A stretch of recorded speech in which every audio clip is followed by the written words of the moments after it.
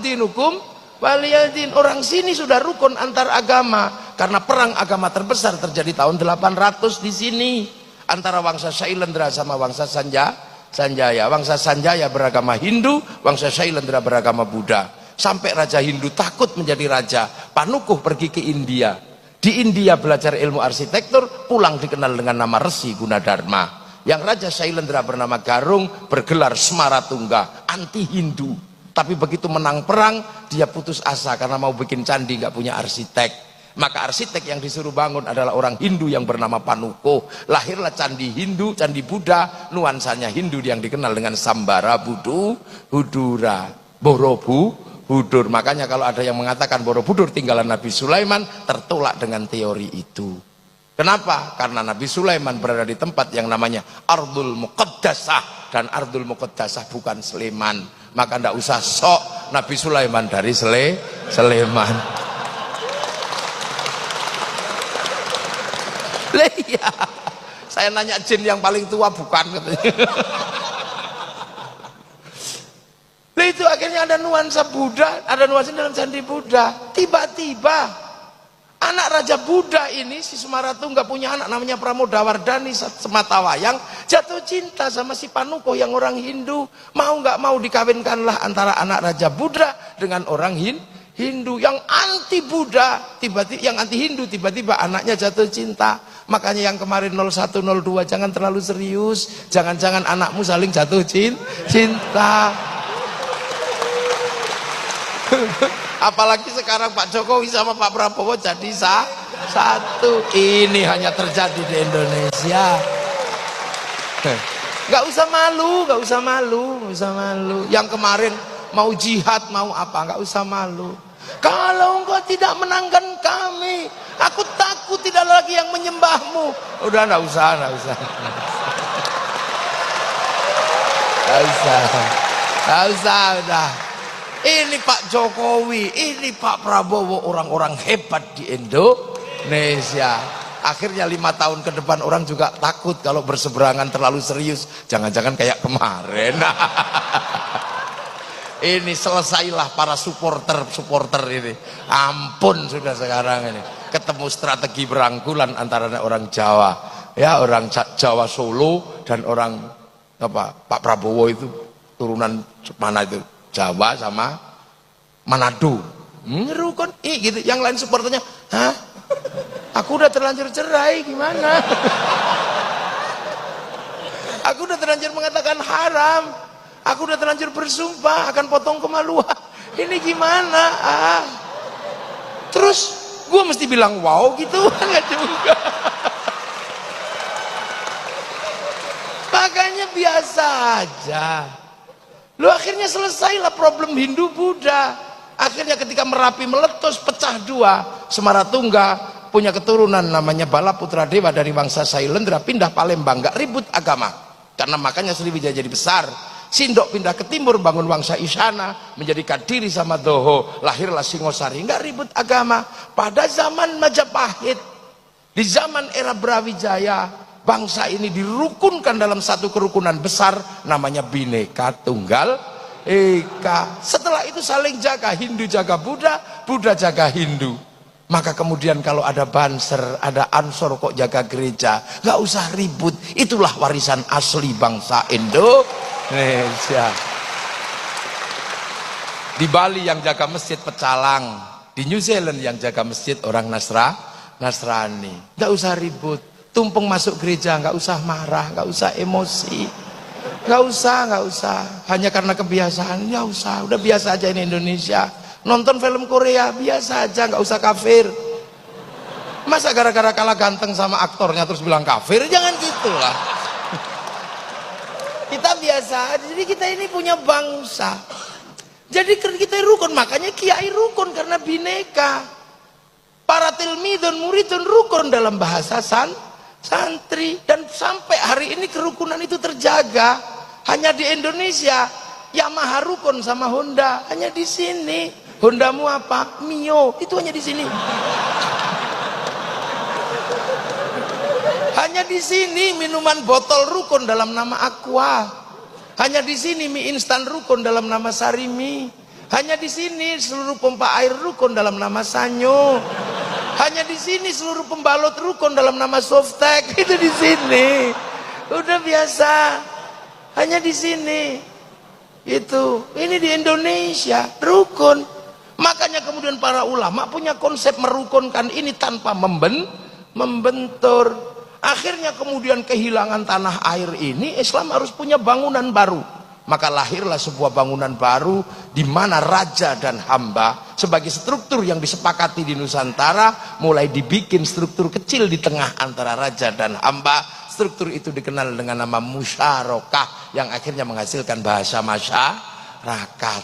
Lah kalau sudah masyarakat, jangan raja, jangan hamba saling menindas, tapi hidup saling bertanggung jawab. Konsep hidup saling bertanggung jawab tawarannya adalah dari Rasulullah, kullukum ra'in wa kullukum mas'ulun an ra'iyati. Maka hidup bersama dalam musyarakah, orangnya disebut ra'iyah atau rakyat. Akhirnya raja dan hamba melebur dalam konsep ra'iyah. Dan satu-satunya bangsa muslim dunia yang sanggup mengambil kalimat Rasulullah untuk menyebut warga bangsanya dengan sebutan ra'iyah hanya ulama Indonesia. Nggak ada yang lain. Tapi ulama nggak marah, harus dihapus semua nggak. Yang kawulo masih boleh bilang kulo, yang hamba masih boleh bilang ambo, yang abdi masih boleh bilang abdi, yang sahaya masih boleh bilang saya, masih boleh. Jadi gitu. Lah terus kemudian ro'iyah kalau ngumpul, Al-Quran menjelaskan wasyawirhum fil amri, maka kemudian lahirlah konsep musyawarah. Lah kalau musyawarah jangan menang-menangan sendiri. Al-Quran mengajarkan tafassahu fil majalis wafsahu yafsakhillah, maka ruang musyawarah namanya majelis. Ngangkat pemimpin standarnya wasi'a kursiyus samawat, maka kedudukan pemimpin disebut kursi. Sunan Ampel nata ini semua. Datuk Ribandang dikirim ke Sulawesi, Aryo Abdillah dikirim ke Palembang, Hatib Dayan dikirim ke Kalimantan. Lahirlah sistem ro'iyah, sistem musyawarah. Kemudian ini bersatu, Belanda datang, dilawan secara bersama-sama. Belanda pergi, daerah yang merupakan konsep para wali bersatu dalam sebuah nama wilayah. Artinya al-wali meninggalkan wilayah, dan wilayah itu dinamakan Negara Kesatuan Republik Indonesia.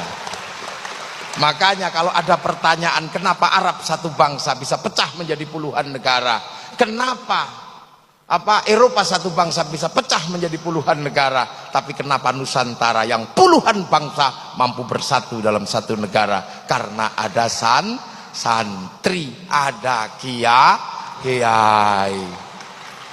Ini jawabannya.